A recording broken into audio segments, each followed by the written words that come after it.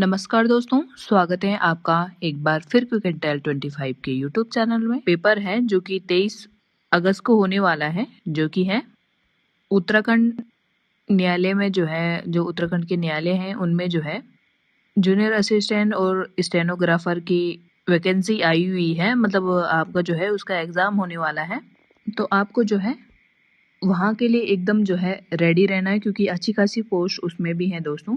तो जिनका भी पटवारी और लेखपाल में नहीं हो पाया है वो जो है यहाँ तैयारी कर सकते हैं। बाकी जो है आप जिनका पटवारी लेखपाल में हुआ है वो जो है अपनी फिजिकल की तैयारी करते रहिएगा। फिलहाल जो है दोस्तों, मैंने जो हमारा टेलीग्राम चैनल है उस पर जो है मैं आपको आजकल अलग अलग सब्जेक्ट के जो है टारगेट दे रही हूँ। जैसे कि हर सब्जेक्ट से जो है मैं 3-3 टॉपिक आपको दे रही हूँ, और उसके बाद जो है मैं आपके लिए मतलब पेपर बना रही हूँ जो कि आयोग के नए पैटर्न पर ही है। और उसमें जो है मैं आपको जो ये मतलब पेपर है उन 3 टॉपिक से पहले आपको वो पढ़ने हैं, और उसके बाद जो है उस पेपर से जो है आपको क्वेश्चन लगाने हैं, और आपको देखना है कि आपके टॉपिक जो है कितने कवर हो पाए हैं और कितनी जो है आपकी जो है उस टॉपिक पे मजबूत पकड़ बन पाई है, ये आपको एनालाइज करना है। और दोस्तों उसी के साथ जो है उसके बाद मैं आपको जो है वीडियो सोल्यूशन जो है हमारे क्विक एंड टेल 25 के यूट्यूब चैनल पे आपको प्रोवाइड करवाऊंगी। तो दोस्तों जितने भी मैं टॉपिक यहाँ पे आपको टारगेट देती हूँ ना किसी भी सब्जेक्ट से, तो दोस्तों ये मान लीजिएगा कि वहां से जो है क्वेश्चन बनते ही बनते हैं और वो इम्पोर्टेंट टॉपिक हैं। तो इसलिए जो है आपको उनको पढ़ना बहुत जरूरी है। और क्वेश्चन का लेवल तो आपको पता ही है कि किस प्रकार से क्वेश्चन बन रहे हैं, तो आपको जो है अपडेट होने की जरूरत है, क्योंकि अभी जो है मार्केट में उस तरह की बुक्स नहीं है जहाँ पे जो है इस तरीके की प्रैक्टिस करवाई जा रही होगी। दोस्तों मैं आपको फ्री यूट्यूब में करवा रही हूँ इसकी प्रैक्टिस। तो दोस्तों अगर आपको क्लासेस अच्छी लगती हैं तो वीडियो को लाइक करें, चैनल को सब्सक्राइब करें, और साथ में जो है आप जो है किसी भी मतलब ऐसे ग्रुप से जुड़े हुए हैं जहाँ पे जो है बच्चों को इस प्रकार की वीडियो की नीड है, तो आप जो है वहाँ पर उनको शेयर कर सकते हैं। फिलहाल जो है दोस्तों बढ़ते हैं। आज के इकोनॉमिक्स के 3 टॉपिक मैंने आपको दिए थे, जिसमें जो है पहला टॉपिक था राष्ट्रीय आय तथा उससे संबंधित महत्वपूर्ण समितियां, मतलब जितनी भी समितियां या कोई भी संगठन वगैरह, तो ये जो है इसमें होने वाले थे, मतलब राष्ट्रीय आय टॉपिक है। और दूसरा है दोस्तों मुद्रास्फीति एवं मौद्रिक नीति, और तीसरा था राजकोष नीति एवं बजट। तो दोस्तों 3 टॉपिक मैंने आपको दिए थे। 3 नहीं, टॉपिक तो कहीं ज्यादा हैं, पर मुख्यतः मैंने ये 3 टॉपिक आपको दिए थे, जिससे जो है मैं आज आपको 125 क्वेश्चन करवाने वाली हूँ।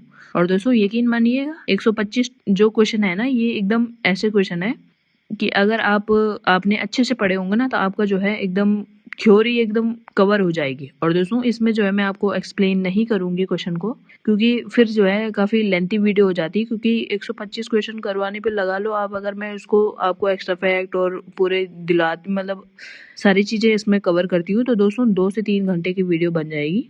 तो दोस्तों अभी जो है मैं सिर्फ आपकी प्रैक्टिस पे फोकस कर रही हूँ। तो दोस्तों बढ़ते हैं आज के क्वेश्चन नंबर फर्स्ट की तरफ। क्वेश्चन नंबर फर्स्ट है, नीचे 2 वक्तव्य दिए गए हैं, एक को कथन ए और दूसरे को कारण आर कहा गया है। यानी कि दोस्तों कथन कारण वाला ये क्वेश्चन होने वाला है। तो दोस्तों कथन ए है, भारतीय रिजर्व बैंक अर्थव्यवस्था में उच्च मुद्रास्फीति को नियंत्रित करने के लिए रेपो रेट में वृद्धि करता है। कारण आर है, रेपो रेट बढ़ाने से वाणिज्य बैंकों के लिए ऋण लेना महंगा हो जाते हैं, और जिससे बाजार में तरलता कम हो जाती है। तो दोस्तों आपको कथन और कारण को अच्छे से पढ़ना है और उसके बाद जो है इसका आंसर देना है। अगर आपने रेपो रेट पढ़ा होगा तो आपको जो है ये क्लियर होगा। तो दोस्तों फिलहाल जो है आपको किस प्रकार से क्वेश्चन पढ़ने हैं मैंने आपको कई बार बता चुकी हूँ। तो दोस्तों इस प्रकार से आपको कथन कारण वाले क्वेश्चन को पढ़ना है। जैसे कि कथन ए है, भारतीय रिजर्व बैंक अर्थव्यवस्था में उच्च मुद्रास्फीति को नियंत्रण करने के लिए रेपो रेट में वृद्धि करता है। कारण की जगह आपको पढ़ना है, क्योंकि रेपो रेट बढ़ाने से वाणिज्य बैंकों के लिए ऋण लेना महंगा हो जाता है, जिससे जो है बाजार में तरलता कम हो जाती है, यानी कि बाजार में फिर पैसा कम आता है ना। तो दोस्तों ए और आर दोनों सही हैं, और दोस्तों आर ए की जो है सही व्याख्या करता है, यानी कि दोस्तों क्वेश्चन नंबर फर्स्ट का ए सटीक आंसर हो जाएगा। तो दोस्तों आपको समझना है कि रेपो रेट बढ़ाने से जो है लोन महंगा हो जाता है, मतलब महंगा होता है, तो लोग जो है उधार कम लेते हैं। और इससे क्या होता है, अगर लोग उधार कम लेते हैं तो उससे होता है कि बाजार में कम पैसा होने से क्या है, महंगाई जो है नियंत्रण में आ जाती है। तो दोस्तों ये इसका मुख्य उद्देश्य है, तो आपको याद रखना है। क्वेश्चन नंबर 2 है, राष्ट्रीय आय की गणना के संदर्भ में सूची फर्स्ट को सूची सेकंड के साथ आपको सुमेलित करना है। तो दोस्तों एक में जो है आपको दी गई है समितियां या संस्थान, और सूची सेकंड में आपको दिए गए हैं वर्ष, यानी कि आपको बताना है कि ये कब इस्टेब्लिश हुए थे। तो दोस्तों जो ए में दिया गया है राष्ट्रीय आय समिति, तो दोस्तों राष्ट्रीय आय समिति की जो स्थापना हुई थी तो दोस्तों वो हुई थी 1949 में। और दोस्तों बी में दिया गया है केंद्रीय सांख्यिकी संगठन, जिसकी स्थापना हुई थी 1951 में। और दोस्तों ऑप्शन नंबर सी में दिया गया है राष्ट्रीय प्रतिदर्श सर्वेक्षण, तो दोस्तों 1949 में ये हुआ था। और दोस्तों डी में पूछा गया है भारत में पहली बार राष्ट्रीय आय का आंकलन कब हुआ था, तो दोस्तों भारत में सबसे पहले राष्ट्रीय आय का जो आंकलन हुआ था वो जो है 1867 और 1868 में हुआ था।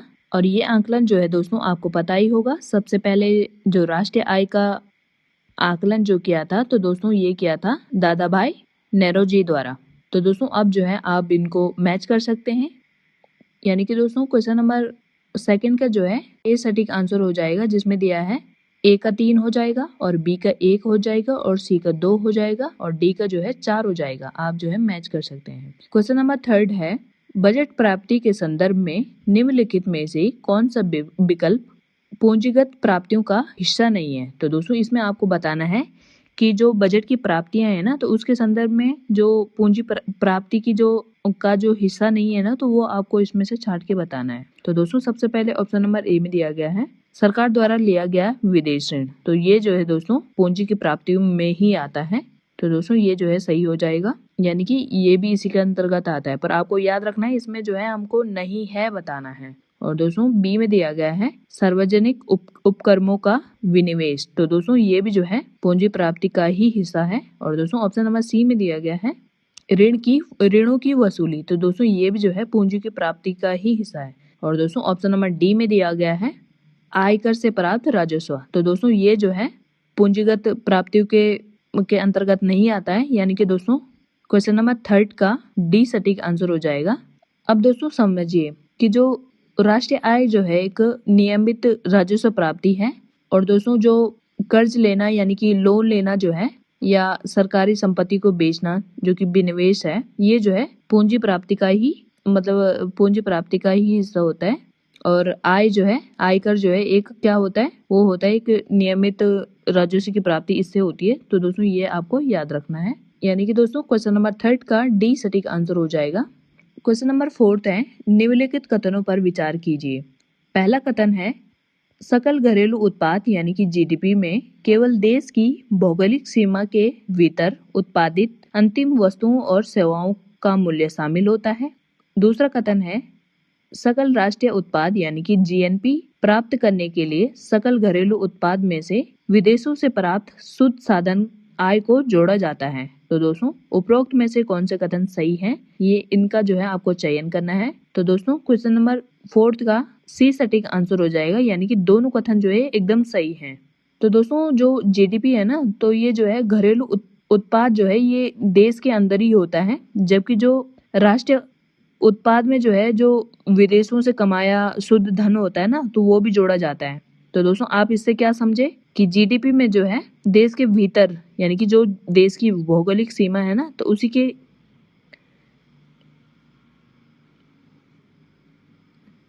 अंतर्गत जो भी उत्पाद किए जाते हैं उन्हीं को जोड़ा जाता है। जबकि जो है दोस्तों जो जीएनपी होता है उसमें जो है सकल घरेलू उत्पाद में विदेशों से प्राप्त जो शुद्ध साधन आय होती है ना, तो उसे भी जोड़ा जाता है। तो दोस्तों ये जो है अपने आप में इम्पोर्टेंट है, और 2 परिभाषाएं मैंने इसमें आपको कवर करवा दी हैं, आप जो है नोट कर सकते हैं, क्योंकि परिभाषाओं से भी स्टेटमेंट बेस्ड क्वेश्चन पूछे जाते हैं, तो इसलिए जो है कॉन्सेप्ट जो है क्लियर रहना जरूरी है। क्वेश्चन नंबर 5 है अर्थव्यवस्था की उस स्थिति को क्या कहते हैं जिसमें मुद्रास्फीति और बेरोजगारी दोनों एक साथ उच्च स्तर पर होते हैं। तो दोस्तों ये जो अर्थव्यवस्था की जो स्थिति होती है ना, जिसमें जो है मुद्रास्फीति भी उच्च स्तर पर होती है और बेरोजगारी भी उच्च स्तर पे होती है। तो दोस्तों ये जो स्थिति होती है, तो दोस्तों ये होती है स्टैगफ्लेशन, यानी कि दोस्तों क्वेश्चन नंबर 5 का जो है बी सटीक आंसर हो जाएगा। यानी कि यदि आपसे क्वेश्चन पूछ लिया जाए कि स्टैगफ्लेशन के मतलब क्या प्रभाव है, तो दोस्तों इसमें जो है मुद्रास्फीति भी उच्च स्तर पर होती है और बेरोजगारी भी उच्च स्तर पर होती है, तो ये आपको याद रखना है। और दोस्तों जो स्टैगफ्लेशन होता है ना, तो ये जो है एक बहुत ही खतरनाक स्थिति होती है, क्योंकि जब बाजार में जो है आर्थिक विकास रुक जाता है और बेरोजगारी बढ़ती है और साथ में महंगाई भी बढ़ती है, तो ये जो है अपने आप में काफी खतरनाक स्थिति हो जाती है। ये भी आपको याद रखना है। क्वेश्चन नंबर 6 है, राजकोषीय नीति और घाटे के संदर्भ में सूची फर्स्ट को सूची सेकंड के साथ आपको मैच करना है। दोस्तों बड़ी मुश्किल है, क्योंकि वैसे तो मैंने आपके लिए इसमें 125 क्वेश्चन रखे हैं, पर दोस्तों अगर आप देखना चाहिए, मतलब अगर आप ढंग से देखते हैं, वीडियो को बिल्कुल स्किप नहीं करते हैं, तो आपको जो है कम से कम 500 से 600 क्वेश्चन इसमें जो है रेडी हो सकते हैं।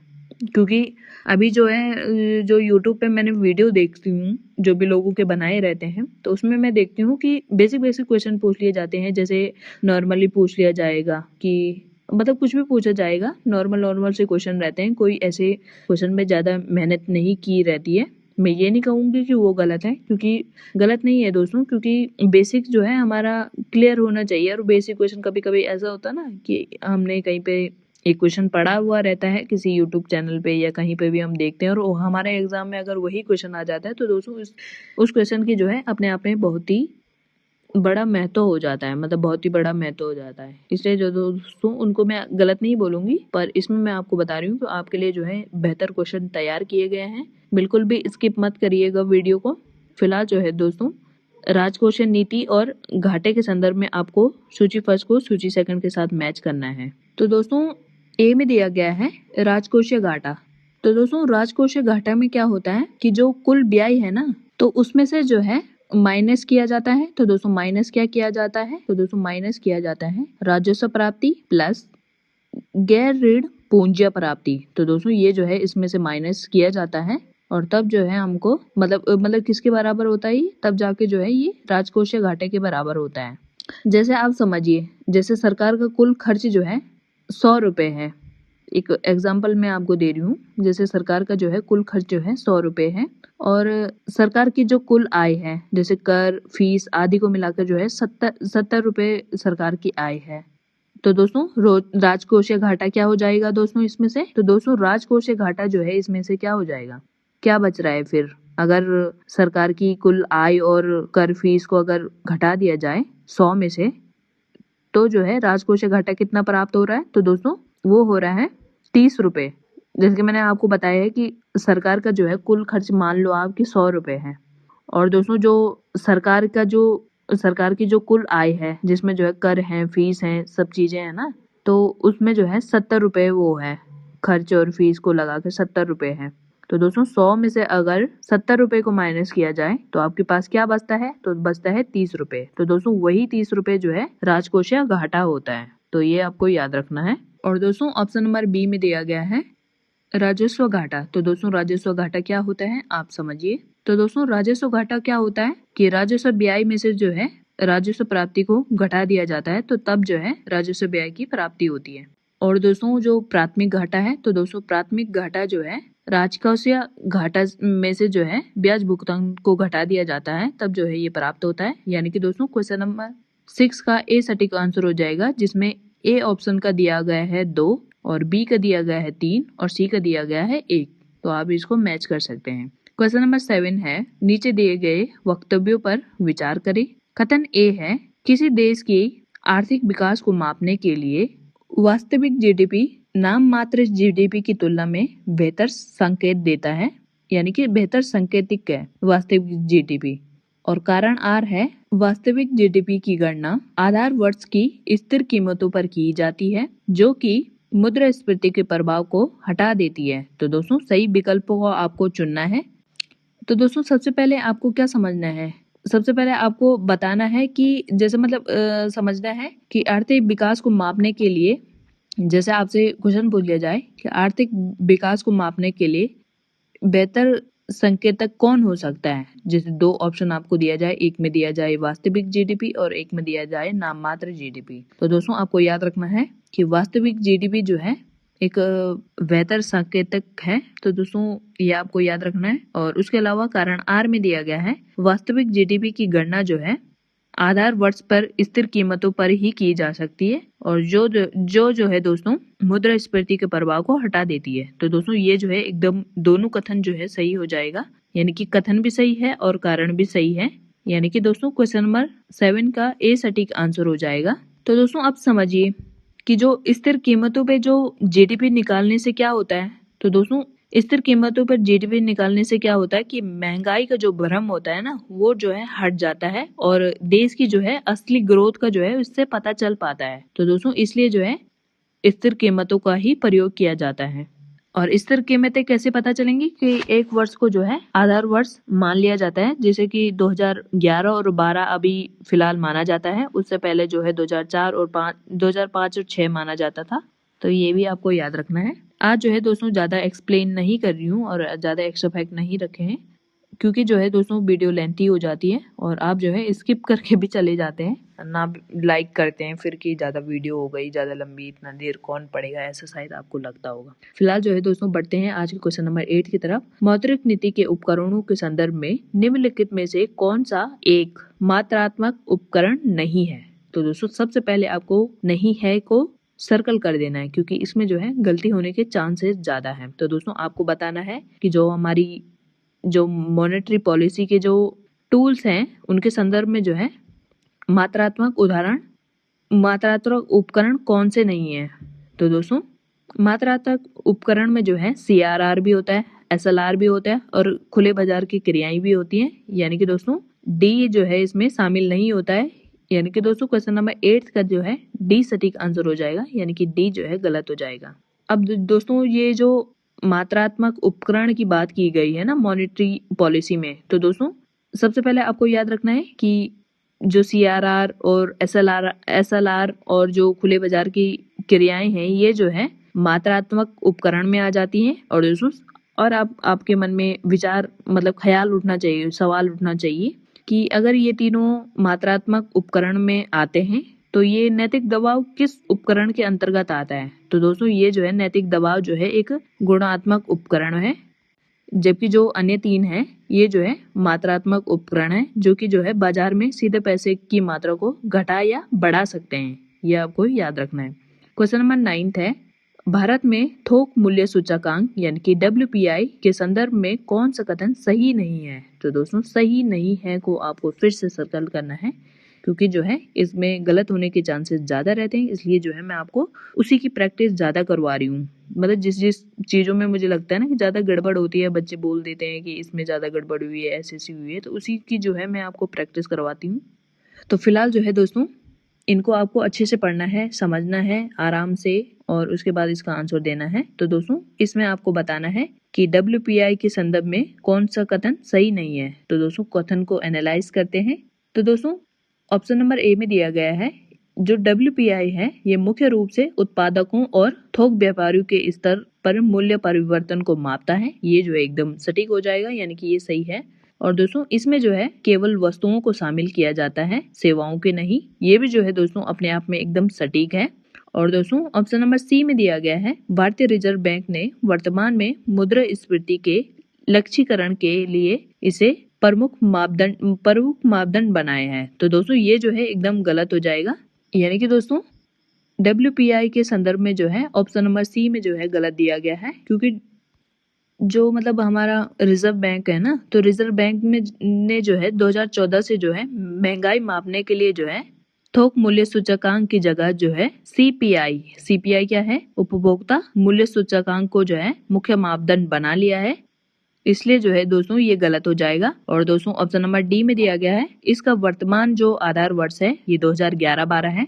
तो ये भी आपको याद रखना है। 2011-12 जो है दोस्तों कई बार क्वेश्चन आया है कि WPI का जो आधार वर्ष है ये जो है कौन सा है। तो दोस्तों ये जो है 11-12 है और ये कई बार क्वेश्चन पूछा गया है। तो PYQ में इसमें कवर करवा रही हूँ स्टेटमेंट बेस में ही, ताकि जो है आपकी ज़्यादा से ज़्यादा क्वेश्चन की प्रैक्टिस हो सके।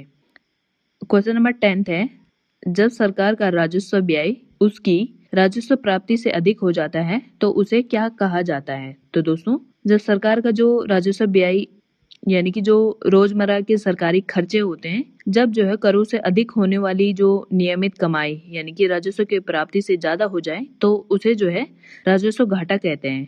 यानी कि दोस्तों क्वेश्चन नंबर 10th का जो है डी सटीक आंसर हो जाएगा। और मुझे लगता है दोस्तों आज की क्लास थोड़ा लंबी होने वाली है, क्योंकि मुझे लग रहा था कि मैं शॉर्ट बताऊंगी, मतलब सीधे सीधे ऑप्शन पढ़ूंगी और सीधा आपको आंसर बता दूंगी। पर वो क्या है ना, मेरे अंदर वो एक्सप्लेन करने वाला जो भूत है ना, वो चाह रहा है कि मैं एक्सप्लेन करूं, इसलिए जो है अपने आप ही एक्सप्लेन हो जा रहा है।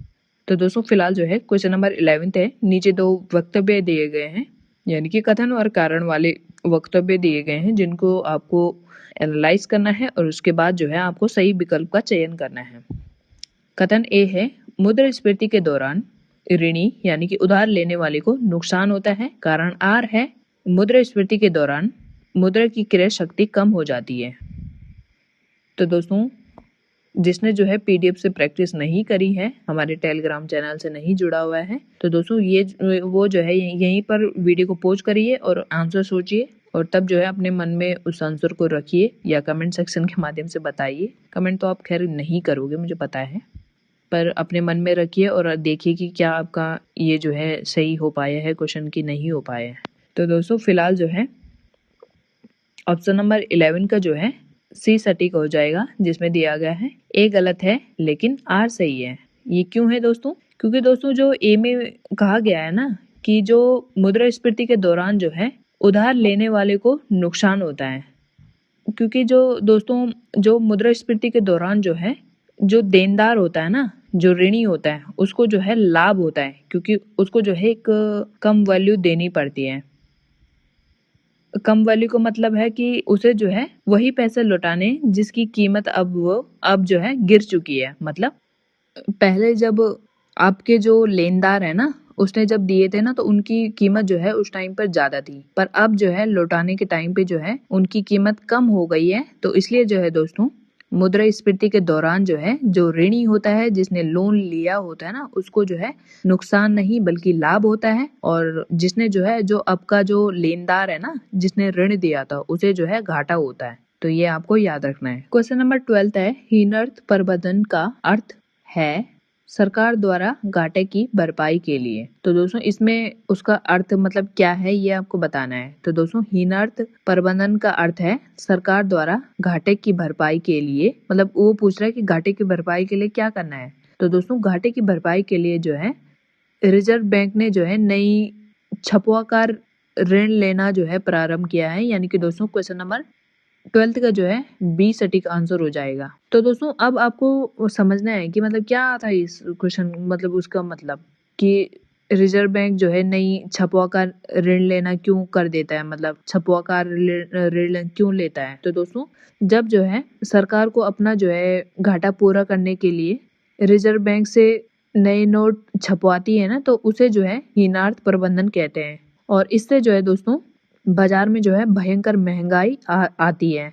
तो दोस्तों मतलब कितना वैसी बात है ना कि हीनार्थ प्रबंधन का क्या अर्थ है। तो दोस्तों हीनार्थ प्रबंधन में मुख्यतः क्या होता है कि सरकार जो है अपना जो है घाटे को, जो उनका जो घाटा होता है ना, उसको पूरा करने के लिए क्या करती है कि रिजर्व बैंक से जो है नए नोट छपवाती है, और उससे जो है दोस्तों बाजार में जो है भयंकर महंगाई आती है। तो ये हीनार्थ प्रबंधन का जो है एक मतलब नकारात्मक प्रभाव भी पड़ता है। क्वेश्चन नंबर 13 है, फिलिप्स वक्र किन दो आर्थिक चरों के बीच विपरीत संबंध को दर्शाता है। तो दोस्तों फिलिप्स वक्र जो है वो बताता है कि जब मुद्रास्फीति यानी कि महंगाई बढ़ जाती है तो आपातकाल में जो है बेरोजगारी कम होती है। यानी कि दोस्तों ये किसके बीच का मतलब वो विपरीत दशाओं को दर्शाता है। तो दोस्तों ये जो है मुद्रास्फीति और बेरोजगारी के बीच की दशाओं को ये दर्शाता है। यानी कि दोस्तों क्वेश्चन नंबर 13 का सी सटीक आंसर हो जाएगा। क्वेश्चन नंबर 14 है, साधारण लागत पर शुद्ध राष्ट्रीय उत्पाद को अर्थशास्त्र की भाषा में क्या कहते हैं। तो दोस्तों आपको बताना है कि जो फैक्टर कॉस्ट है ना, तो उस पे जो है शुद्ध राष्ट्रीय उत्पाद को अर्थव्यवस्था की भाषा में क्या कहते हैं। तो दोस्तों साधारण लागत पे जो शुद्ध राष्ट्रीय उत्पाद को जो है राष्ट्रीय आय कहते हैं। यानी कि दोस्तों क्वेश्चन नंबर 14 का बी सटीक आंसर हो जाएगा। क्वेश्चन नंबर 15 है, नीचे दो वक्तव्य दिए गए हैं और उनको जो है आपको पढ़ना है और उसके बाद जो है आपको जो है सही विकल्प को चुनना है। कथन ए है राजकोषीय घाटा हमेशा राजस्व घाटे से अधिक होता है। कारण आर है राजकोषीय घाटा में सरकार की कुल उधारी शामिल होती है, जिससे राजस्व घाटे के साथ साथ पूंजी ब्याज के लिए लिया गया कर्ज भी जुड़ता है। तो दोस्तों सबसे पहले आपको समझना है कि जो राजकोषीय घाटा है ना, ये जो है हमेशा जो है राजस्व घाटे से अधिक होता है। सबसे पहले आपको क्या दिमाग में रखना है कि निम्न में से कौन सा अधिक होता है। तो दोस्तों इसमें जो है राजकोषीय घाटा जो है राजस्व घाटे से हमेशा अधिक होता है, क्योंकि राजकोषीय घाटे में जो है सरकार की कुल उधारी शामिल होती है, जिसमें राजस्व घाटे के साथ साथ पूंजीगत व्यय के लिए लिए गए कर्ज को भी जोड़ा जाता है। यानी कि दोस्तों ये जो है अपने आप में एकदम सटीक है, दोनों कथन सही हैं और दोनों जो है एकदम एक दूसरे की व्याख्या करते हैं। यानी कि दोस्तों क्वेश्चन नंबर 15 का ए सटीक आंसर हो जाएगा। क्वेश्चन नंबर 16 है शुद्ध राष्ट्रीय उत्पाद प्राप्त करने के लिए सकल राष्ट्रीय उत्पाद में से किसे घटाया जाता है। तो दोस्तों शुद्ध राष्ट्रीय उत्पाद को प्राप्त करने के लिए जो है राष्ट्रीय उत्पाद में से जो है मूल्यह्रास को घटाया जाता है, यानी कि मूल्यह्रास को घटाया जाता है। यानी कि दोस्तों क्वेश्चन नंबर 16 का से सटीक आंसर हो जाएगा। तो दोस्तों मूल्यह्रास क्या होता है। तो दोस्तों मूल्यह्रास जो है घिसावट होता है, जैसे कि मशीनों और जो उपकरणों को जो टूट फूट या घिसाव यानी कि मूल्यह्रास को ही सकल उत्पाद में घटाने पर ही शुद्ध उत्पाद मिलता है। जैसे कि जैसे हमने पिछले साल कोई फोन लिया है ना, तो उसमें जो है जो भी दिक्कतें आई हमने उसको यूज करा, तो अगर हम उसको यूज करते हैं ना तो उसका जो है मूल्य जरूरी थोड़ी है पिछली बार हमने कोई 20-30 हजार का फोन लिया हो और इस साल भी वो 20-30 या 30 हजार का कोई फोन लिया हो और उसमें जो है वो 30 हजार का ही इस साल में जा रहा है, 30 साल का ही वो वापस जा रहा है। अगर हम उसको बेचना चाह रहे हैं वो 30 हजार का नहीं जाएगा दोस्तों, उसमें से जो है मूल्य ह्रास यानी कि घिसावट जो है को घटाया जाता है। उसके बाद जो है वो हमारा घिसावट को जैसे हमने उसको यूज कर लिया ना, तो मूल्यह्रास उसमें घट जाता है, यानी कि उसकी वैल्यू जो है वो कम हो जाती है। तो जैसे दोस्तों आप समझो जैसे मशीनों और उपकरणों में जो टूट फूट होती है ना, टूट फूट या घिसावट या कुछ भी होती है ना, घिसावट यानी कि मूल्यह्रास होता है ना, तो मूल्यह्रास को जो है सकल उत्पाद से घटाने पर जो है शुद्ध उत्पाद मिलता है।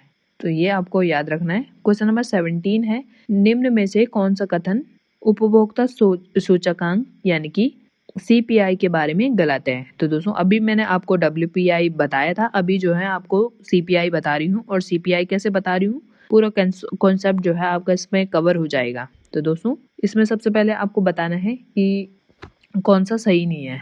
तो दोस्तों ऑप्शन नंबर ए में है CPI खुदरा स्तर पर कीमतों में बदलाव को मापता है। तो दोस्तों ये जो है एकदम सटीक हो जाएगा, क्योंकि CPI जो है खुदरा स्तर पर जो है मूल्य कीमतों के बदलाव को मापता है। ये जो है एकदम सही हो जाएगा। और ऑप्शन नंबर बी में दिया गया है CPI में वस्तुएं और सेवाएं दोनों शामिल होती है। तो दोस्तों ये भी जो है एकदम सटीक हो जाएगा, क्योंकि CPI में जो है वस्तुएं और सेवाएं दोनों ही शामिल होती हैं, एक नहीं होता, इसमें दोनों ही शामिल होती हैं। और ऑप्शन नंबर सी में दिया गया है कि इसका उपयोग कर्मचारियों के महंगाई भत्ते की गणना के लिए किया जाता है। तो दोस्तों ये भी जो है एकदम सटीक हो जाएगा। यदि दोस्तों अगर आपसे कभी पूछ लिया जाए कि कर्मचारियों के महंगे भत्ते और गणना करने के लिए किस उपकरण का प्रयोग किया जाता है, तो दोस्तों वो किया जाता है उपभोक्ता मूल्य सूचकांक यानी कि CPI। और दोस्तों ऑप्शन नंबर डी में दिया गया है इसे जो है वाणिज्य और उद्योग मंत्रालय द्वारा जारी किया जाता है। तो दोस्तों ये ही जो है गलत हो जाएगा, यानी कि CPI के संदर्भ में जो है डी गलत हो जाएगा। गलत क्यों हो जाएगा? तो दोस्तों गलत इसलिए हो जाएगा कि जो उपभोक्ता मूल्य सूचकांक को जो है ये NSO द्वारा जारी किया जाता है, पर जो ये NSO है ना, ये वाणिज्य मंत्रालय नहीं है। NSO क्या है? राष्ट्रीय सांख्यिकी कार्यालय। तो दोस्तों ये जो है CPI को जारी करते हैं, ये आपको याद रखना है। क्वेश्चन नंबर 18 है भारत में वस्तु एवं सेवा कर यानी कि GST के संदर्भ में निम्न कथनों पर आपको विचार करना है। कथन ए है, पहला कथन है यह एक गंतव्य आधारित अप्रत्यक्ष कर है। दूसरा कथन है शराब और पेट्रोलियम उत्पादों को वर्तमान में इसके दायरे से बाहर रखा गया है। उपरोक्त में से कौन सा कथन सही है ये आपको बताना है। तो दोस्तों उपरोक्त में से जो है दोनों कथन एकदम सटीक है, यानी कि दोस्तों क्वेश्चन नंबर 18 का सी सटीक आंसर हो जाएगा। यानी कि दोस्तों जो जीएसटी है ना, ये एक अप्रत्यक्ष कर है और दोस्तों इसमें जो है जीएसटी में क्या शामिल नहीं किया गया है। तो दोस्तों जीएसटी में ये पूछा जाता है कि निम्न में से जीएसटी में क्या शामिल नहीं किया गया है। तो दोस्तों आपको याद रखना है शराब और जो पेट्रोलियम उत्पाद है ना, उससे जो है वर्तमान में इसके दायरे से बाहर रखा गया है। तो ये आपको याद रखना है। और दोस्तों जो जीएसटी है, ये जीएसटी जो है अंतिम उपभोग वाले राज्य को मिलता है और शराब और पेट्रोलियम को जो है अभी भी इसे दायरे से बाहर रखा गया है।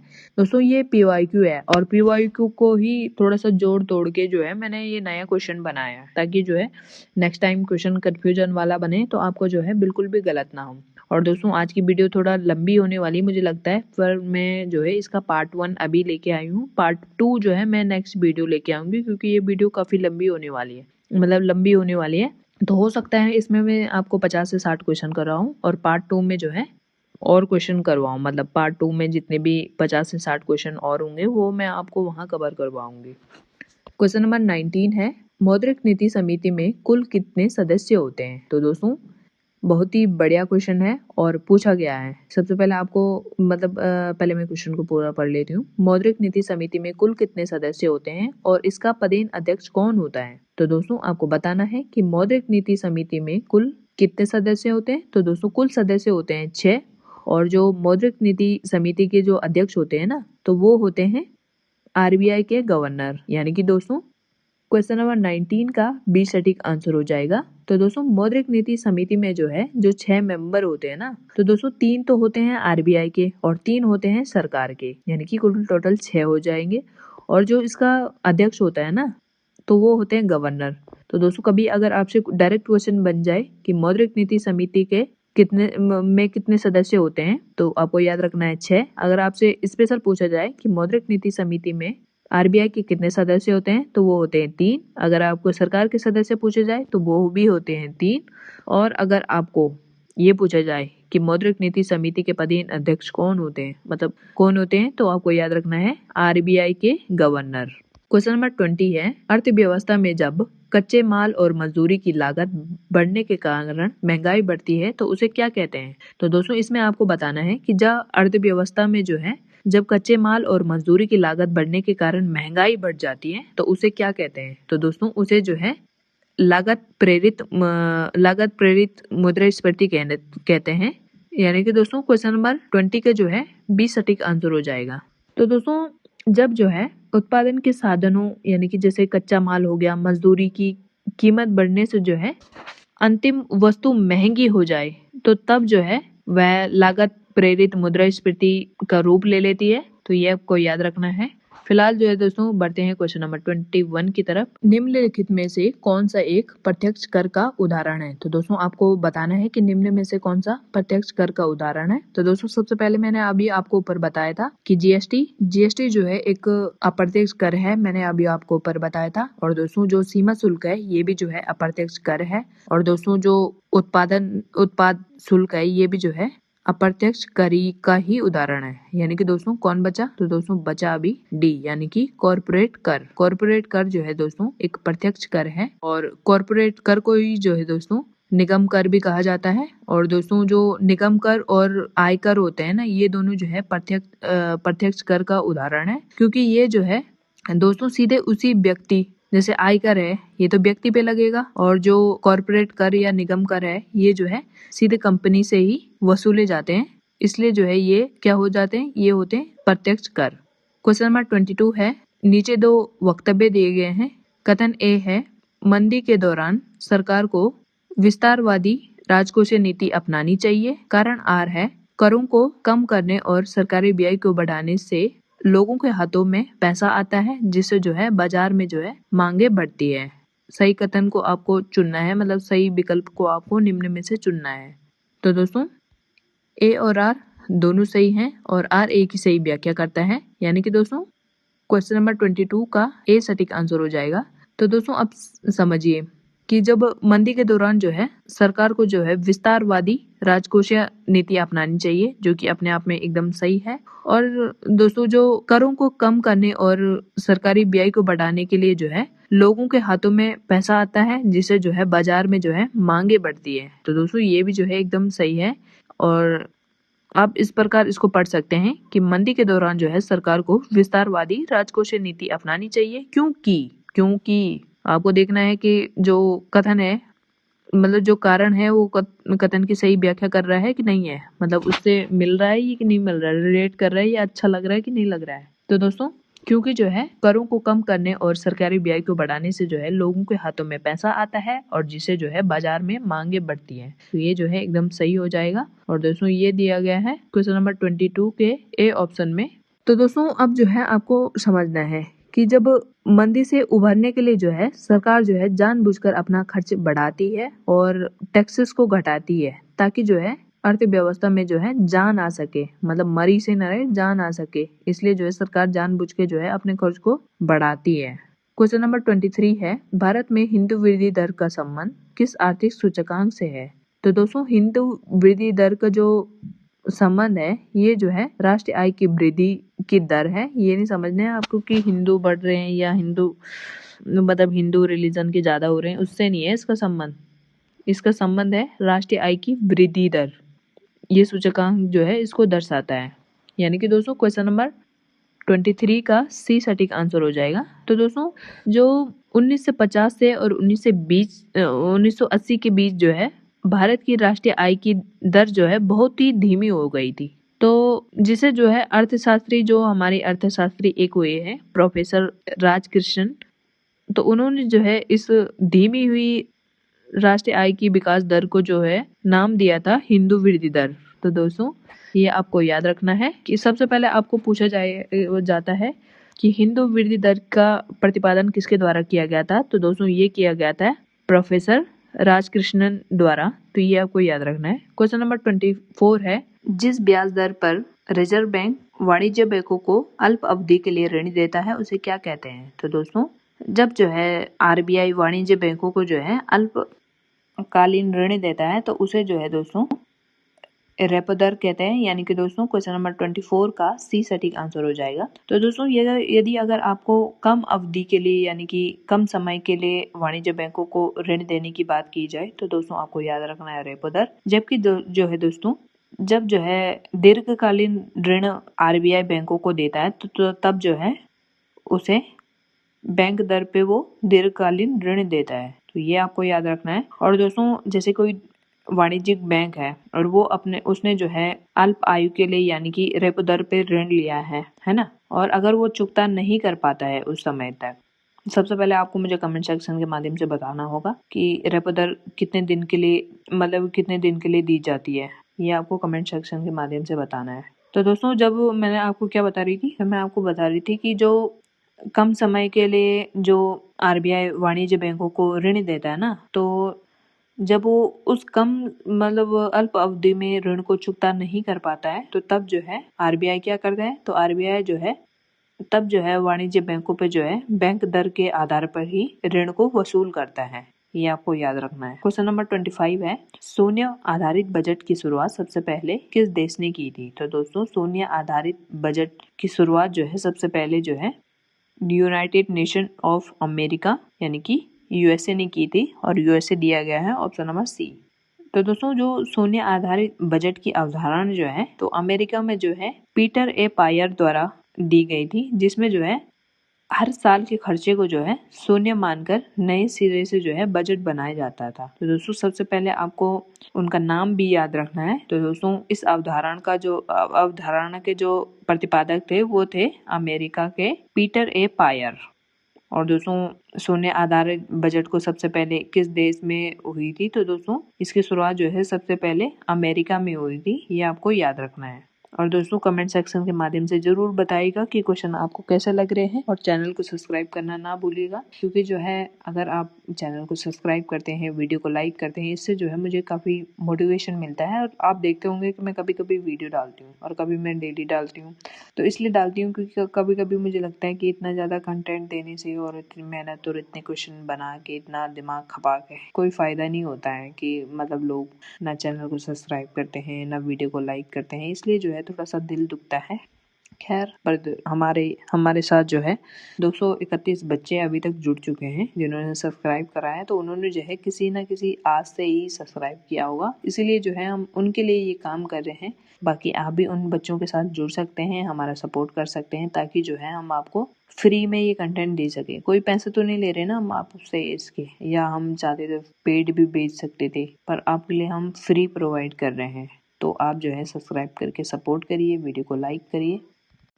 तो दोस्तों बढ़ते हैं आज के क्वेश्चन नंबर 26 की तरफ। निम्न में से कौन सा विषय समष्टि अर्थव्यवस्था का हिस्सा नहीं है? तो दोस्तों आपको जो है नीचे कुछ विषय दिए गए हैं जो कि समष्टि अर्थव्यवस्था से हैं, और आपको जो है इनमें से एक ढूंढना है जो है समष्टि अर्थव्यवस्था के अंतर्गत नहीं आता है। तो दोस्तों एक उपभोक्ता या कंपनी का अध्ययन जो है व्यष्टि अर्थव्यवस्था के अंतर्गत आता है, अर्थशास्त्र के अंतर्गत आता है, जबकि दोस्तों जो राष्ट्रीय आय, महंगाई आदि जो है ये समष्टि अर्थव्यवस्था का हिस्सा है। तो दोस्तों कभी क्वेश्चन पूछा जाता है, मतलब इसी प्रकार से पूछा जाता है कि निम्न में से कौन सा समष्टि अर्थव्यवस्था का हिस्सा है, या निम्न में से कौन सा व्यष्टि अर्थव्यवस्था का हिस्सा है। तो दोस्तों आपको अच्छे से समझना है कि जो एक उपभोक्ता या कंपनी होती है ना, तो उसका जो अध्ययन होता है, तो दोस्तों वो जो है व्यष्टि अर्थव्यवस्था के अंतर्गत आता है, जबकि दोस्तों जो राष्ट्रीय आय होती है, महंगाई होती है, ये जो है समष्टि अर्थव्यवस्था के अंतर्गत आता है। यानी कि दोस्तों क्वेश्चन नंबर 26 का बी सटीक आंसर हो जाएगा।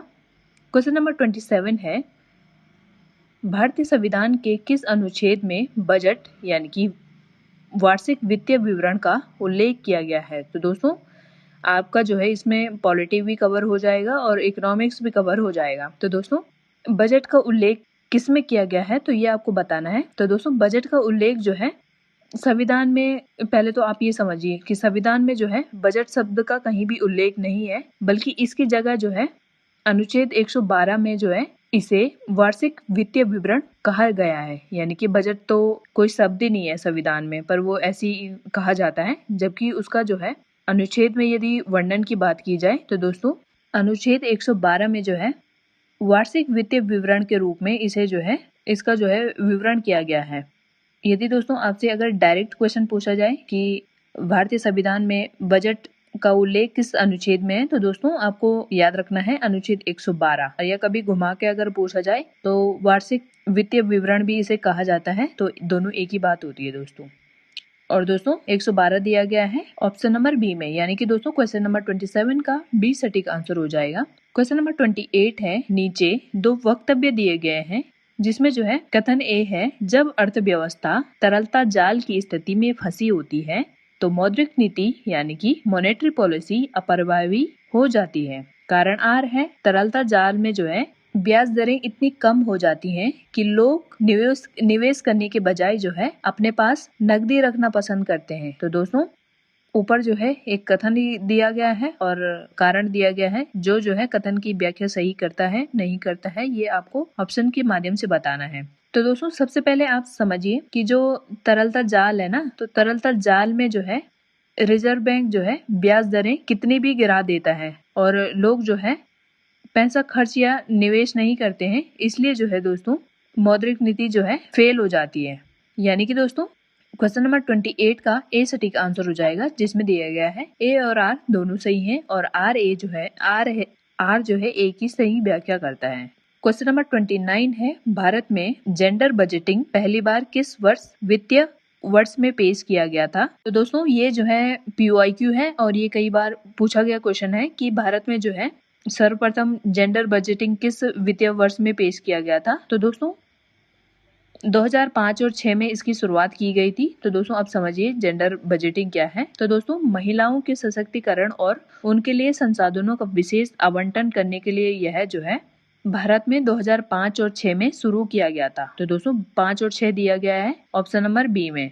यानी कि दोस्तों क्वेश्चन नंबर 29 का बी सटीक आंसर हो जाएगा। क्वेश्चन नंबर 30 है, आर्थिक विकास को मापने के लिए निम्न में से कौन सा उपयुक्त और वास्तविक सूचकांक कौन सा है। तो दोस्तों आपको जो है इसमें बताना है कि जो आर्थिक विकास है ना, तो उसको मापने के लिए निम्न में से सबसे उपयुक्त और सबसे वास्तविक सूचकांक कौन सा है। तो दोस्तों ये जो है शायद जो है यूपी के किसी एग्जाम में पूछा गया है। मैंने जो है कुछ क्वेश्चन वहां से भी लिए हैं और कुछ जो है ये कथन कारण वाले तो मैंने खुद ही बनाए, क्योंकि इसमें जो है दोस्तों मतलब क्वेश्चन जो है अब थोड़ा वैसे ही बन रहे हैं। तो आपको जो आपके लिए जो है मैंने ऐसे क्वेश्चन बनाए हैं ताकि आपके जो है ज्यादा से ज्यादा इसमें कवर हो पाए। तो दोस्तों ये जो है यूपी का किसी एग्जाम का POIQ है। और दोस्तों आपने अगर देखते होंगे या आपने कभी गौर किया होगा, जो बच्चे काफी टाइम से तैयारी कर रहे हैं तो उन्होंने देखा होगा कि कुछ क्वेश्चन ऐसे होते हैं जो है यूपी के एग्जाम से, यूपी MP के एग्जाम से यहाँ के एग्जाम में भी डायरेक्ट पूछे जाते हैं। तो दोस्तों वो भी आपको कवर करते हुए चलना है। फिलहाल जो है दोस्तों आपको बताना है कि आर्थिक विकास को मापने के लिए सबसे उपयुक्त और वास्तविक सूचकांक कौन सा है। तो दोस्तों जो मतलब प्रति व्यक्ति आय है ना, तो दोस्तों ये जो है आर्थिक विकास को मापने के लिए जो है सबसे उपयुक्त और वास्तविक सूचकांक माना जाता है। तो दोस्तों आप समझिए कि कैसे। तो दोस्तों देश के लोगों का जो जीवन स्तर देश के लोगों का जो जीवन स्तर वो कैसे होगा, कैसा है और उसका असली विकास कितना हुआ है, तो यह जानने के लिए जो है दोस्तों सबसे सटीक पैमाना जो होता है वो होता है पर कैपिटा इनकम, यानी कि प्रति व्यक्ति आय। तो दोस्तों प्रति व्यक्ति आय दिया गया है क्वेश्चन नंबर 30 के सी में, यानी कि दोस्तों क्वेश्चन नंबर 30 का सी सटीक आंसर हो जाएगा। क्वेश्चन नंबर 31 है, यदि रिजर्व बैंक नगद आरक्षी अनुपात यानी कि CRR यानी कि कैश रिजर्व रेशो में, कभी कभी दोस्तों इसका जो है मतलब ये वो भी पूछा जाता है कि इसका मतलब हो सकता है कभी आयोग का मतलब दिमाग चल जाए और वो पूछ ले कि कौन सा सही सुमेलित नहीं है, जैसे RRR है और जैसे CRR है। तो आपको ये भी याद करते हुए चलना है इनकी फुल फॉर्म। तो दोस्तों फिलहाल इसमें पूछ रहा है कि रिजर्व बैंक CRR में वृद्धि कर देता है तो अर्थव्यवस्था पर इसका क्या प्रभाव पड़ता है। तो दोस्तों आपको जो है 3 विकल्प दिए गए हैं। तो दोस्तों यदि जो है मैंने ऊपर भी आपको बताया था कि यदि जो है RBI जो है CRR यानी कि कैश रिजर्व रेशो को बढ़ा देता है, तो दोस्तों उससे क्या होता है कि बैंकों को जो है रिजर्व बैंक के पास ज्यादा पैसा कैश रखना होगा और इससे जो है उसके पास जो है जनता को लोन देने के लिए कम पैसा बचेगा, यानी कि दोस्तों इससे जो है मुद्रा आपूर्ति जो है घट जाएगी। तो दोस्तों आपको समझना है कि यदि जो कैश रिजर्व रेशो होता है ना, तो वो जो है बैंक जो है RBI के पास जमा करते हैं। और दोस्तों अगर इसकी दर को यदि RBI बढ़ा दे तो उससे क्या होगा। तो दोस्तों उससे ये होगा कि जो बैंक होंगे उनको जो है RBI के पास ज्यादा पैसा जमा रखना पड़ेगा और उसके बाद जो है दोस्तों जनता को मतलब जो बैंक है ना, तो वो जनता को लोन देने के लिए उनके पास जो है कम पैसे बचेंगे और दोस्तों जिससे जो है मुद्रा आपूर्ति जो है वो घटेगी। और दोस्तों इस पे दिया गया है ऑप्शन नंबर बी इसका सटीक आंसर हो जाएगा। तो दोस्तों कैश रिजर्व रेशो को यदि RBI बढ़ाता है तो उससे जो है अर्थव्यवस्था में मुद्रा आपूर्ति जो है कम हो जाएगी। क्वेश्चन नंबर 32 है, क्राउडिंग आउट प्रभाव तब होता है जब, मतलब आपको इसमें बताना कि क्राउडिंग आउट प्रभाव कब होता है और ये ऑप्शन में दिया गया है कब होता है, ये आपको बताना है ऑप्शन के माध्यम से। तो दोस्तों ये कब होता है। तो दोस्तों ये होता है जब सरकार द्वारा अंधाधुंध उधारी लेने से बाजार का सारा पैसा जो है सरकार के पास चला जाता है और जो है दोस्तों प्राइवेट कंपनियों को जो है लोन मिलना मुश्किल हो जाता है। तो दोस्तों उस स्थिति में क्या होता है। तो दोस्तों उस स्थिति में क्या होता है कि क्राउडिंग आउट प्रभाव देखने को मिलता है। तो दोस्तों ये दिया गया है ऑप्शन नंबर ए में, यानी कि दोस्तों क्वेश्चन नंबर 32 का ए सटीक आंसर हो जाएगा। क्वेश्चन नंबर 33 है, सूची फर्स्ट को सूची सेकंड के साथ आपको मैच करना है। दोस्तों एक में जो है आपको मैं जो है ऐसे क्वेश्चन मैंने रखे हैं जिसमें आपकी परिभाषाएं, थ्योरी वगैरह सब कुछ मतलब एक ही जगह कवर हो जाए।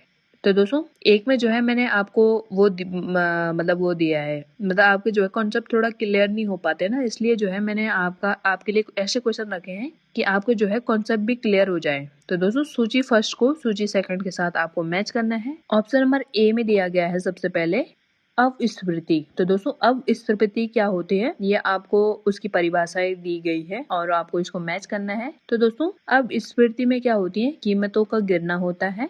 तो दोस्तों ये दिया गया है ऑप्शन मतलब सूची सेकंड के थर्ड में दिया गया है कि वस्तुओं की कीमतों में लगातार भारी गिरावट यानी कि नकारात्मक मुद्रास्फीति होती है। तो जो है दोस्तों उस स्थिति को जो है अपस्फीति कहा जाता है। और बी में है डिसइंफ्लेशन। तो दोस्तों डिसइंफ्लेशन आपको बताना है। तो दोस्तों डिसइंफ्लेशन में क्या होता है कि महंगाई दर का जो है कम होना। तो इसमें क्या होता है, महंगाई दरें जो है कम हो जाती हैं। तो दोस्तों जब डिसइंफ्लेशन होता है ना, तो उस समय जो है मुद्रास्फीति की दरों का कम होना जो है, और इससे जो है क्या होता है, इससे होता है महंगाई बढ़ी रहती है और पर जो है धीमी गति से। इससे क्या होता है कि मुद्रास्फीति की दर जो है इससे कम होना होता है इससे ना, और जो महंगाई की दरें जो है वो बढ़ी हुई रहती हैं पर धीमी गति से बढ़ी हुई रहती हैं। तो दोस्तों ये दिया है सूची सेकंड के ऑप्शन नंबर फर्स्ट में। और दोस्तों जो रिफ्लेक्शन होता है, तो दोस्तों उसमें होता है मंदी से उबरने के लिए जानबूझकर जो है मुद्रा आपूर्ति को बढ़ाना। तो दोस्तों मंदी से उबरने के लिए जो है जानबूझकर जो है मुद्रा आपूर्ति को बढ़ा दिया जाता है। तो दोस्तों उसी को जो है इन्फ्लेशन कहते हैं। यानी कि दोस्तों ए का 3 हो जाएगा, बी का 1 हो जाएगा और सी का 2 हो जाएगा। आप इसको मैच कर सकते हैं। और दोस्तों ये दिया गया है ऑप्शन नंबर बी में, आप मैच कर सकते हैं। क्वेश्चन नंबर 34 है, निम्न में से कौन सी समिति भारत में कर सुधारों से संबंधित है। तो दोस्तों ये जो है PYQ है और आपको मुझे कमेंट सेक्शन के माध्यम से बताना है कि कौन से एग्जाम में ये पूछा गया था और कैसे क्वेश्चन बना था, ये आपको जो है मुझे कमेंट सेक्शन के माध्यम से बताना है। तो दोस्तों भारत में जो कर सुधारों से संबंधित समिति थी, तो ये जो है दोस्तों वो थी राजचेले समिति।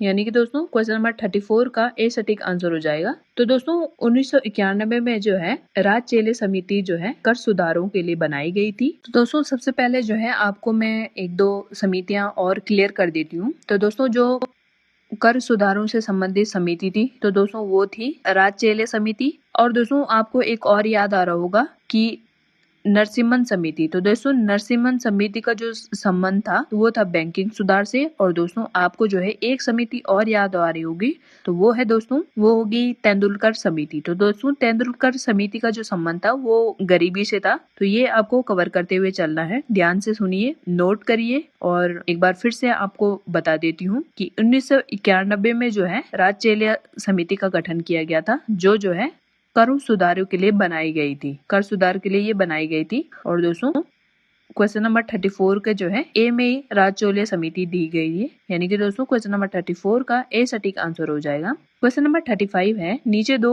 वक्तव्य दिए गए हैं। कथन ए है, सरकारी कर्मचारी का वेतन और सब्सिडी राजस्व व्यय का हिस्सा होता है। कारण आर है, राजस्व व्यय से सरकार की किसी भी नई परिसंपत्ति का निर्माण नहीं होता है। तो दोस्तों कथन में क्या पूछा गया है, तो दोस्तों कथन में पूछा गया है, मतलब कथन में बताया गया है कि सरकारी कर्मचारियों का वेतन और सब्सिडी जो है राजस्व व्यय का हिस्सा है। और कारण इसका बताया गया है कि राजस्व व्यय से जो है सरकार की किसी भी नई परिसंपत्ति का जो है निर्माण नहीं होता है। तो दोस्तों दोनों कथन जो है एकदम सटीक है, क्योंकि जो है दोस्तों जो वेतन और पेंशन होते हैं ना, तो उससे जो है दोस्तों कोई भी संपत्ति नहीं बनती है। जैसे स्कूल, सड़क वगैरह ये कुछ नहीं बनती है उसे पेंशन या वेतन देने से। इसलिए जो है दोस्तों इसे जो है राजस्व व्यय माना जाता है। यानी कि दोस्तों क्वेश्चन नंबर 35 का ए सटीक आंसर हो जाएगा। और दोस्तों इसमें दिया गया है ए और आर दोनों सही हैं और आर ए की सही व्याख्या करता है। क्वेश्चन नंबर 36 है, खुले बाजार की क्रियाओं के अंतर्गत रिजर्व बैंक क्या करता है। तो दोस्तों आपको इसमें बताना है कि खुले बाजार की क्रियाओं के अंतर्गत जो है RBI क्या करता है। तो दोस्तों खुले बाजार की क्रियाओं के अंतर्गत जो है RBI बाजार में नकदी की मात्रा को नियंत्रित करने के लिए बॉन्ड्स को बेचता या खरीदता है।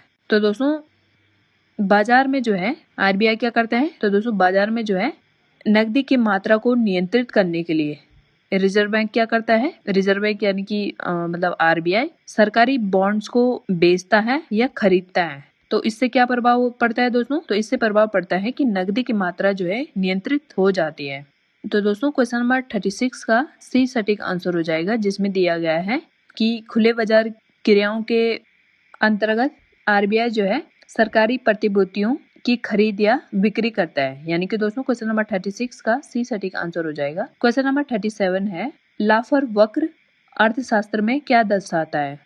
तो दोस्तों ये लाफर वक्र जो है अर्थशास्त्र में बताता है कि जो टैक्स की दरें एक सीमा से ज्यादा बढ़ा दी जाए तो जो है सरकार का कुल टैक्स जो है कलेक्शन घटने लगता है। तो दोस्तों जो ये लाफर वक्र जो है ये क्या बताता है, यदि जो है टैक्स की दरें एक सीमा से ज्यादा बढ़ जाती है, यानी कि दोस्तों एक सीमा निर्धारित की गई थी और उसमें जो है टैक्स की दरें जो है इससे ज्यादा बढ़ जाती हैं, तो दोस्तों उससे जो है सरकार की कुल टैक्स कलेक्शन जो है वो घटने लगता है। यानी कि दोस्तों ऑप्शन के हिसाब से जो है दोस्तों इसका आंसर होगा कि लाफर वक्र अर्थव्यवस्था में दर्शाता है कर की दर और सरकार को प्राप्त कर राजस्व के बीच का संबंध। तो दोस्तों ये क्या बताता है, तो दोस्तों लाफर वक्र बताता है कर की दर और सरकार को प्राप्त कर राजस्व के बीच का जो है ये संबंध दर्शाता है। यानी कि दोस्तों क्वेश्चन नंबर 37 का बी सटीक आंसर हो जाएगा। दोस्तों थोड़ा जो है आपको मेरी आवाज मतलब थोड़ा अजीब लग रही होगी कि मैं थोड़ा हो रहा है ऊपर नीचे दोस्तों इसलिए हो रहा है क्योंकि जो मतलब हिंदी में जो वो होते हैं ना, जो हिंदी में जो शब्द होते हैं ना वो एकदम कठिन होते हैं और उनको बोलने में जो है क्या होता है कि उनको बोलने में थोड़ा दिक्कत होती है। पर अगर इंग्लिश में बोलेंगे ना तो जो हमारे ज़्यादातर स्टूडेंट हैं तो वो जो है हिंदी वाले ही हैं, मतलब हिंदी उनकी मतलब वो अपनी एग्ज़ाम की प्राथमिकता जो है हिंदी भाषा को ही रखते हैं, तो इसलिए जो है उनके लिए वही पढ़ाना पड़ता है। क्योंकि क्या होता है ना कि अगर मैं यहाँ पर कुछ ऐसे वर्ड्स कह दूँ कि जो है एग्ज़ाम में फिर अगर हिंदी में पूछे गए, अगर शुद्ध हिंदी में पूछे गए तो आप जो है कंफ्यूज हो जाएंगे। तो इसलिए जो है दोस्तों थोड़ा मतलब आप थोड़ा एडजस्ट कीजिए और क्वेश्चन थोड़ा बल्कि हैं तो इससे जो है थोड़ा टाइम लग रहा है, जिसके लिए मैं क्षमा चाहती हूँ। क्वेश्चन नंबर 38 है, निम्न में से कौन सा कथन राजकोषीय उत्तरदायी और बजट प्रबंधन, यानी कि बजट प्रबंधन को दूसरा क्या कहा जाता है, तो दोस्तों उसे कहा जाता है FRBM। तो दोस्तों ये जो है आपको इसकी फुल फॉर्म मुझे कमेंट सेक्शन के माध्यम से बतानी है। तो दोस्तों फिलहाल जो है आपको बताना है कि कथनों के माध्यम से कि जो राजकोषीय उत्तरदायित्व और बजट प्रबंधन अधिनियम है तो उसके बारे में जो है कौन सा कथन गलत है। तो दोस्तों इसके बारे में जो है सबसे पहले ऑप्शन नंबर ए में दिया गया है कि ये जो अधिनियम है ये जो है 2003 में पारित हुआ था। तो दोस्तों ये जो है एकदम सटीक हो जाएगा, ये जो है 2003 में ही पारित हुआ था। और दोस्तों इसका उद्देश्य था, तो दोस्तों इसका उद्देश्य था सरकार के राजकोष और राजस्व घाटे को कम करना। तो दोस्तों बी भी एकदम सटीक हो जाएगा। और दोस्तों ऑप्शन नंबर सी में दिया गया है, इसकी समीक्षा के लिए जो है 2016 में NK सिंह समिति का गठन किया गया था। तो दोस्तों मोस्ट इम्पोर्टेंट एक और समिति है जिसमें जो है आपसे इस प्रकार से क्वेश्चन बन सकता है कि निम्न में से कौन सी समिति का गठन जो है राजकोषीय उत्तरदायित्व और बजट प्रबंधन के लिए किया गया था। तो दोस्तों आपको याद रखना है 2016 में इस समिति का गठन किया गया था और दोस्तों इस समिति के अध्यक्ष है NK सिंह, तो ये आपको याद रखना है।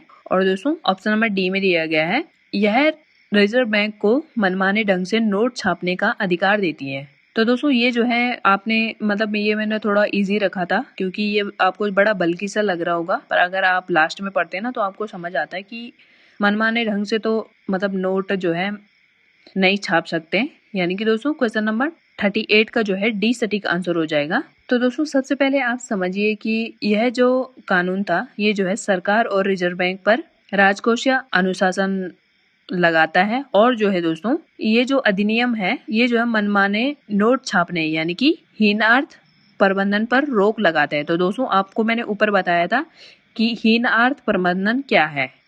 तो दोस्तों हीनार्थ प्रबंधन का जो संबंध है कि सरकार को जब पैसे की जरूरत होती है ना तो वो मनमाने ढंग से जो है नोट को छापने के लिए RBI को कहती है। तो दोस्तों इसी पे जो है लगाम लगाने के लिए इस अधिनियम को लाया गया था, तो ये भी आपको याद रखना है। क्वेश्चन नंबर 39 है, भारत के राजकोषीय घाटे की भरपाई में सबसे बड़ा हिस्सा किसका है। तो दोस्तों भारत को जो ये जो है PYQ है, सबसे पहले आप याद रखिए कि भारत को जो राजकोषीय घाटे की जो भरपाई है ये इसमें जो है सबसे बड़ा हिस्सा जो है सरकार की कुल उधारी यानी कि घाटे का सबसे बड़ा हिस्सा जो है देश के भीतर चालू बाजार से लिया जाता है। यानी कि दोस्तों इसकी सबसे बड़ी भरपाई जो करता है तो दोस्तों वो करता है घरेलू बाजार से उधारी। और दोस्तों ये दिया गया है ऑप्शन नंबर सी में, यानी कि दोस्तों क्वेश्चन नंबर 39 का सी सटीक आंसर हो जाएगा।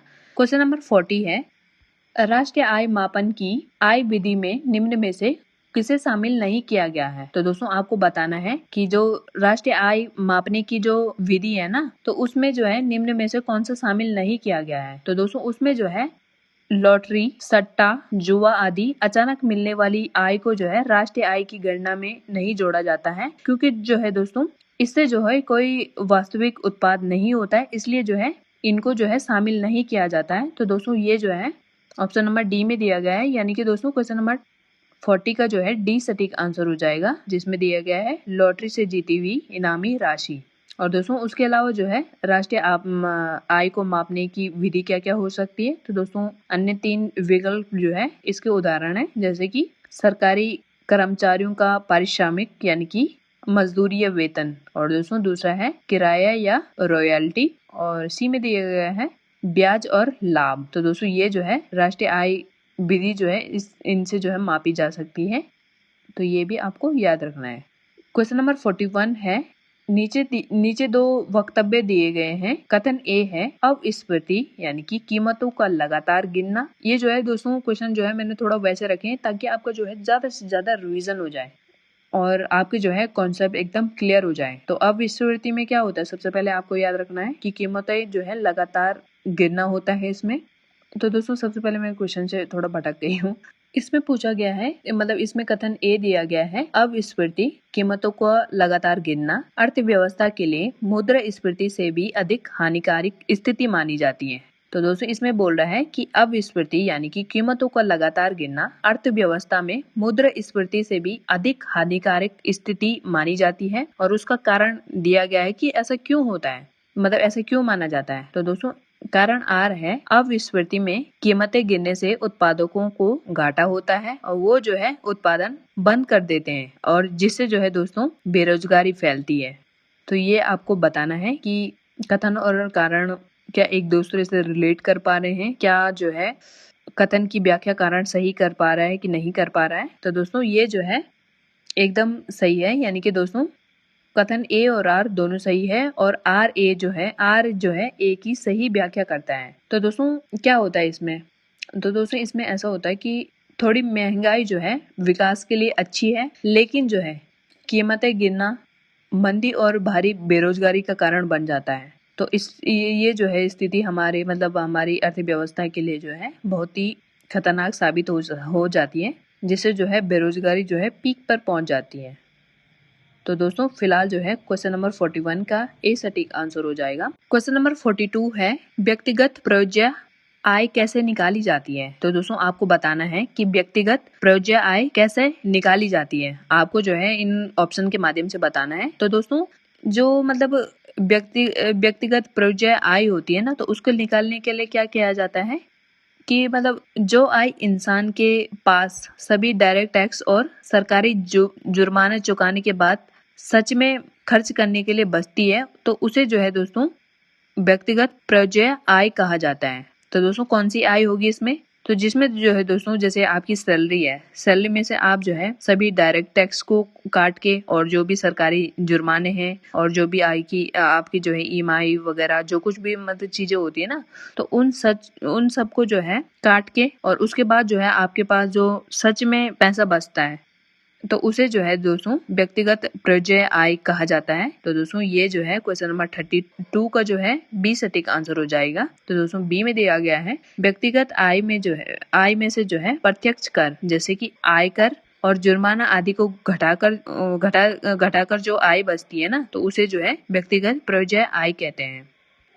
तो दोस्तों गला जो है काफी मतलब देर से बोले जा रही हूँ और क्या होता है ना इससे कि बड़ा मतलब क्वेश्चन थोड़ा बल्कि हो गए हैं काफ़ी ज़्यादा। मेरा ऐसा था कि मैं सारे जो है 100-150 क्वेश्चन एक साथ करवा लूँगी इनसे, जितने भी इम्पोर्टेंट होंगे, और ये जो है पॉसिबल नहीं हो पाएगा दोस्तों, क्योंकि अभी जो है वीडियो मतलब 1 घंटे से ऊपर होने वाली है। तो दोस्तों अगर आपको इसका नेक्स्ट पार्ट चाहिए होगा तो आप कमेंट सेक्शन में ज़रूर बताइएगा कि नेक्स्ट पार्ट।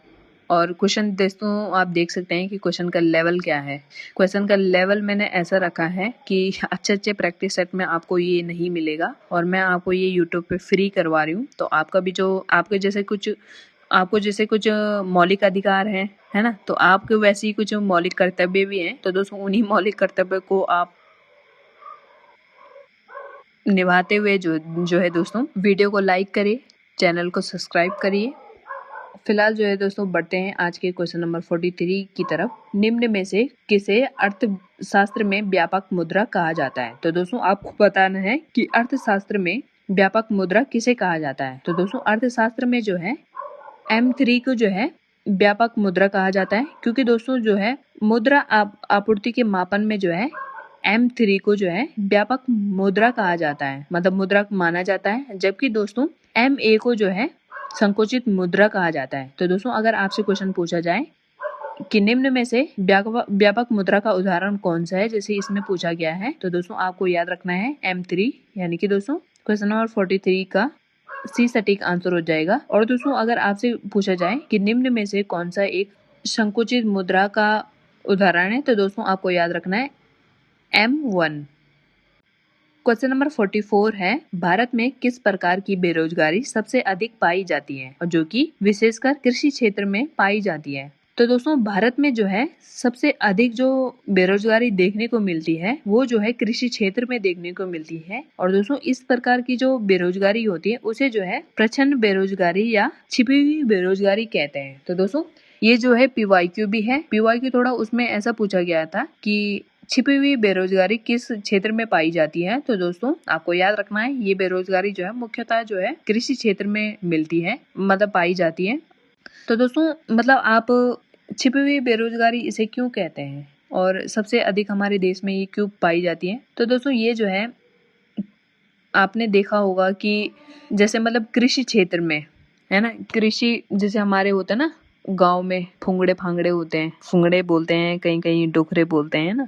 तो दोस्तों जो फुंगड़े होते हैं ना उसमें जो है क्या करते हैं कि मतलब जैसे अभी धान रुपाई का टाइम चल रहा है, धान रुपाई नहीं, अब तो धान रुपाई तो हो गई है, रोपणी सब हो गई हैं। तो दोस्तों उसमें क्या होता है कि जो मतलब धान रुपाई के लिए जैसे किसी खेत में धान रुपाई कर रहे हैं तो लोग जो है लोगों को जो है वो बुला लेते हैं अपने साथ खेतों में काम करने के लिए, लोगों को बुलाते हैं कि आप जो है हमारे साथ आकर जो है हमारे खेतों में काम करिए, बदले में जो है हम आपके साथ आएंगे। तो दोस्तों उसमें क्या होता है कि जैसे एक खेत है ना, तो एक खेत में जो है एक इंसान या दो इंसान भी रुपाई करेंगे तो भी उतना ही अनाज निकलेगा। और अगर जो है दोस्तों उसमें जो है 10 लोग रुपाई करेंगे या 10 लोग उसमें काम करते हैं तो तब भी जो है उतना ही अनाज निकलने वाला है।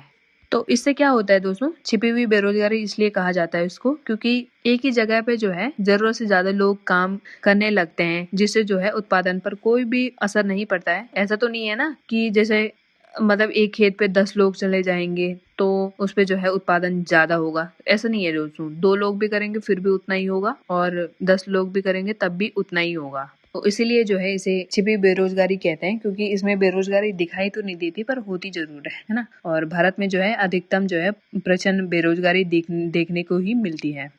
क्वेश्चन नंबर 45 है, निम्न में से कौन सा पूंजीगत व्यय का उदाहरण है? तो दोस्तों आपको इसमें बताना है कि निम्न में से कौन सा पूंजीगत व्यय का उदाहरण है। तो दोस्तों पूंजीगत व्यय का जो उदाहरण है तो वो है ऑप्शन नंबर डी में, यानी कि दोस्तों जो नई अस्पताल और जो राजमार्गों का निर्माण होता है ना, तो दोस्तों ये जो है पूंजीगत व्यय का उदाहरण है।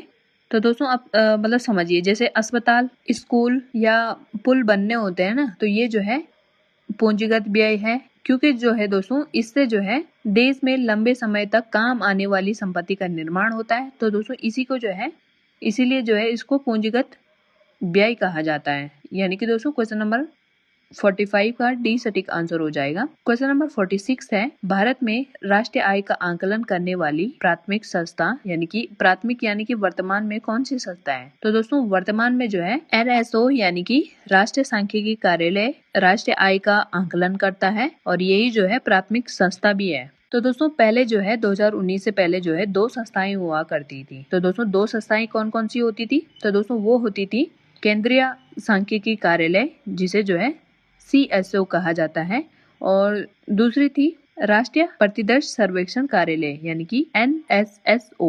तो दोस्तों अब जो है इन्हीं को मिलाकर जो है राष्ट्रीय सांख्यिकी कार्यालय बनाया दिया गया है जिसे जो है NSO कहा जाता है। तो दोस्तों फिलहाल जो है NSO किस में दिया गया है, तो ये दिया गया है ऑप्शन नंबर सी में। तो दोस्तों इस प्रकार के क्वेश्चन बनने के जो है हाई चांस हैं, क्योंकि मतलब हाई चांस क्या मतलब इस प्रकार के क्वेश्चन जो है PYQ से ही ये लिए गए हैं और PYQ को ही तोड़ मरोड़ के लिए बना दिया गया है, क्योंकि घुमा फिरा के क्वेश्चन वहीं से पूछे जाते हैं। मतलब कुछ नए भी टॉपिक होते हैं या कुछ मतलब नए टाइप के क्वेश्चन बना लिए जाते हैं। ये नहीं कह रही हूँ मैं कि एकदम वही होते हैं, पर थोड़ा मतलब कुछ कुछ वही होते हैं, कुछ कुछ नए बनाए जाते हैं और उसी के इर्द गिर्द मैंने देखे हैं कि क्वेश्चन अधिकतर होते हैं। तो दोस्तों राष्ट्रीय आय का आकलन जो है, ये बेसिक क्वेश्चन है कि राष्ट्रीय आय का आकलन जो है कौन सी समिति करती है, मतलब कौन सी संस्था करती है। तो दोस्तों ये है NSO, और NSO का गठन जो हुआ था वो 2 अलग अलग संस्थाओं को मिलाकर हुआ था और ये हुआ था 2019 में। शायद मुझे 2019 ही याद है, शायद वही होगा। तो दोस्तों क्वेश्चन नंबर 46 का C30 का आंसर हो जाएगा। क्वेश्चन नंबर 47 है सीमांत स्थायी सुविधा यानी कि MSF के तहत वाणिज्य बैंक किससे ऋण लेते हैं। तो दोस्तों MSF के तहत जो है वाणिज्य बैंक आपात स्थिति में जो है रिजर्व बैंक से 1 दिन के लिए उधार लेते हैं और इस 1 दिन के उधार को जो है ओवरनाइट भी कहा जाता है। यानी कि दोस्तों आप इससे क्या समझे, तो दोस्तों जो सीमांत स्थायी सुविधा जो होती है ना, उसमें जो है 1 दिन के लिए लोन लिया जाता है, मतलब ओवरनाइट के लिए लोन लिया जाता है। और ये जो है किससे लिया जाता है, तो दोस्तों ये लिया जाता है बैंकों के बैंक यानी कि RBI से। और दोस्तों RBI दिया है क्वेश्चन नंबर मतलब ऑप्शन नंबर सी में, यानी कि दोस्तों क्वेश्चन नंबर 47 का सी सटीक आंसर हो जाएगा। क्वेश्चन नंबर 48 है गिफिन वस्तुएं वे वस्तुएं जिन पर मतलब आपको बताना है कि नीचे आपको विकल्प दिए गए हैं और उसके माध्यम से आपको बताना है कि गिफिन वस्तुएं वे वस्तुएं जिन पर मांग का नियम जो है लागू नहीं होता है। तो दोस्तों ए जो है इसका सटीक आंसर हो जाएगा। तो दोस्तों गिफिन वस्तुएं वे घटिया वस्तुएं होते हैं जिन पर जो है मांग का नियम जो है उल्टा काम करता है, यानी कि इनकी कीमत बढ़ने पर मांगे बढ़ती हैं और घटने पर मांगे घटती हैं।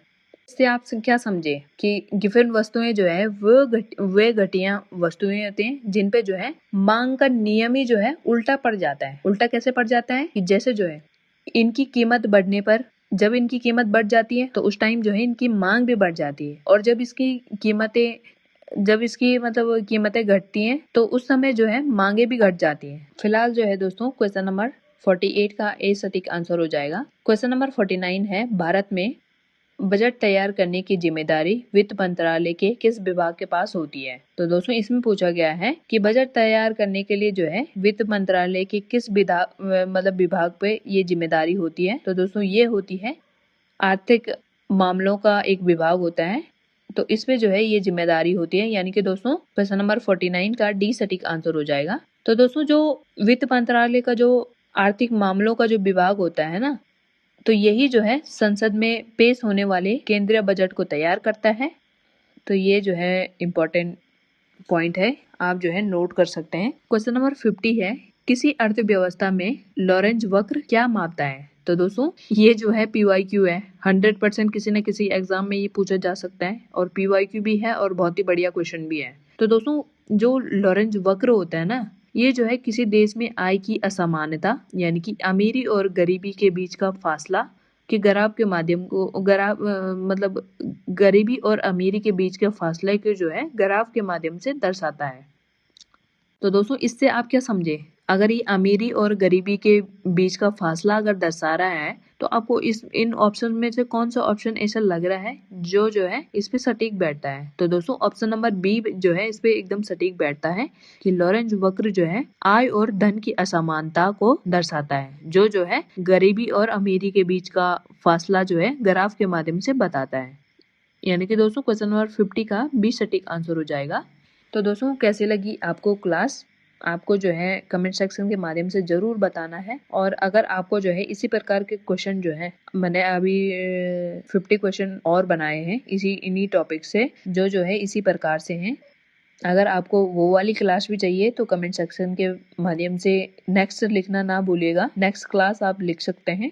तो आपको जो है इसका पार्ट 2 मिल जाएगा जिसमें जो है इम्पोर्टेंट क्वेश्चन और साथ में जो है लास्ट में आपको मैं जो है कम से कम 20 या 25 PYQ भी करवा दूंगी उस वाली क्लास में ना। तो अगर आपको वो वाली क्लास भी चाहिए तो आप जो है नेक्स्ट क्लास लिख सकते हैं और दोस्तों कमेंट सेक्शन के माध्यम से बताइएगा आपको क्लास कैसी लगी है। मिलते हैं नेक्स्ट वीडियो में नेक्स्ट टॉपिक के साथ। टारगेट पढ़ना ना भूलिएगा और अगर आपने टारगेट नहीं पढ़ रहे हैं तो आपको जो है आप नॉलेज वैसे भी देख सकते हैं कि आपको कितनी नॉलेज है। तो आप जो है हमारे टेलीग्राम चैनल से जुड़िए और वहां से जो है प्रैक्टिस के लिए पीडीएफ डाउनलोड करिए। और आपको क्या करना है कि एक जैसे मैंने इसमें 50 क्वेश्चन करवाए हैं तो आपको क्या करना है कि जो 50 क्वेश्चन है ना तो उनको जो है जैसे एक लास्ट के पन्ने पे, जैसे आपके पास ओएमआर सीट वगैरह कुछ नहीं है ना तो आपको क्या करना है कि लास्ट के पन्ने पे जो है 1 से 50 तक काउंटिंग लिखनी है और उसके सामने आपको मतलब स्पेस छोड़ देना है। तो अगर आपको लगता है कि क्वेश्चन जैसे आपको लगता है कि क्वेश्चन नंबर फर्स्ट का जो है ए सटीक आंसर ए सही आंसर है तो आप ए लगा सकते हैं।